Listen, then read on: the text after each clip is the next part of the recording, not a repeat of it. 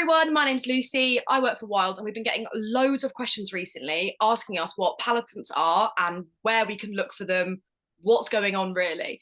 So I've got Ross here, who is the CEO and founder of Wild, who's going to talk us through what he knows.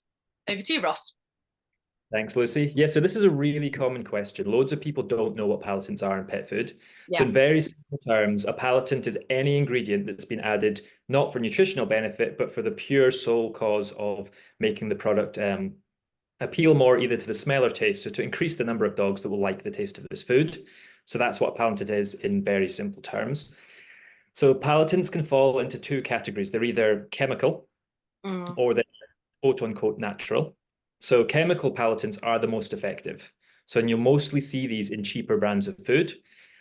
And actually, I don't know if you've noticed this, but dog owners are really emotional and emotive when it comes to choosing the food. Often they'll say, I think my dog really likes this food, which Yeah, is you cool. And want your dog to like it. You want your dog to enjoy what they're eating. So yeah. of course, and it's a really natural thing. And of course, your dog has to enjoy their food and you want them to be as happy as possible. But one of the analogies I sometimes give is a dog is a little bit like a young child. It doesn't know what's best for it.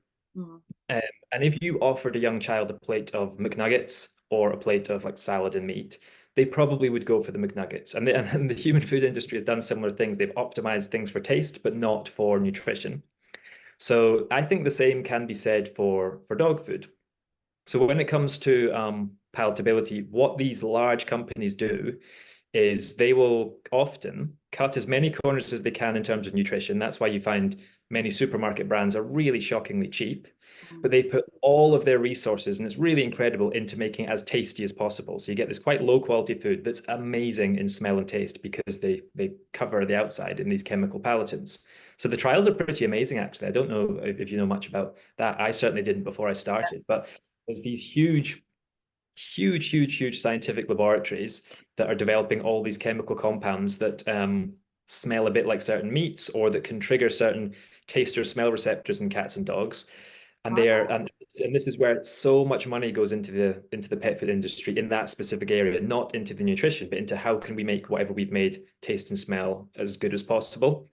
And then they literally have these sort of feeding labs where they get dogs in a little bit like kennels, and they do A/B testing with all these different foods. So it's a really advanced scientific method to see Yeah. how can you be as tasty as possible. Now, the literature isn't completely conclusive of what impact they have on dogs. So to be used in dog food, they have to be certified as safe. Although lots of people, not everyone agrees on what really is safe. So it certainly isn't harmful initially for your dog to eat it, but I think lots of principles in your own diet can be applied to dog food. So generally speaking, if a food is less processed and has less artificial ingredients, it's going to be healthier.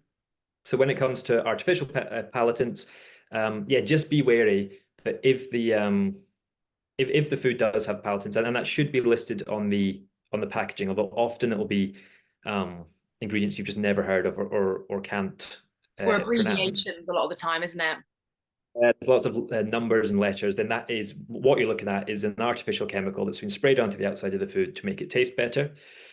So make your own mind up whether you're comfortable with doing that with your food, but always look on the packet, or if you're not sure, get in touch with the pet food manufacturer to see whether that's something they're doing. And then the other kind of palatant is a bit more natural. And that's essentially what they do is they take a natural ingredient. So that could be anything from chicken or beef or fish or even a vegetable. And they hydrolyze the protein. And hydrolyzing the protein means you break it down to its individual amino acids. And that's something, sounds very complicated, but basically cats and dogs just love the smell of that. Cats and dogs have got loads and loads and loads of smell receptors for proteins, and proteins are made of amino acids. So they take they take an ingredient, they break it down to its amino acids and yeah, its core amino acids, and that really just heightens the smell of that ingredient. So often on the packet, that will be called something like uh, a chicken liver digest or a pea digest, or often they use the word gravy. So if you see the word gravy, yeah, so you'll see loads and loads of dog foods that've got the word gravy on them, Mm. and that can be either a liquid or a dry form.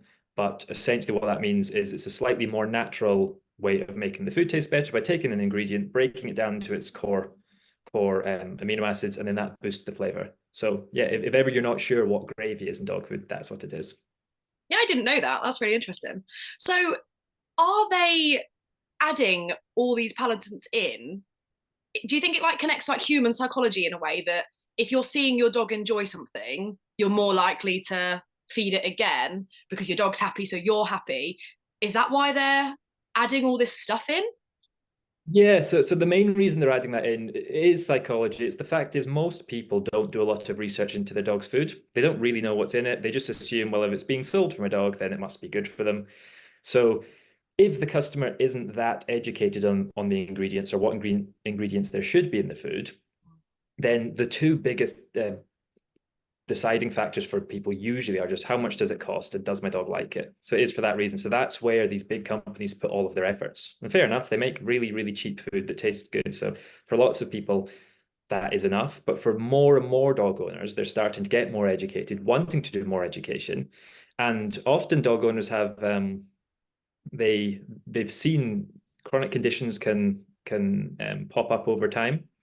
And more vets are now they're sort of making it common knowledge that chronic conditions, especially later in life, are usually the result of lifestyle and diet, as is the same with us.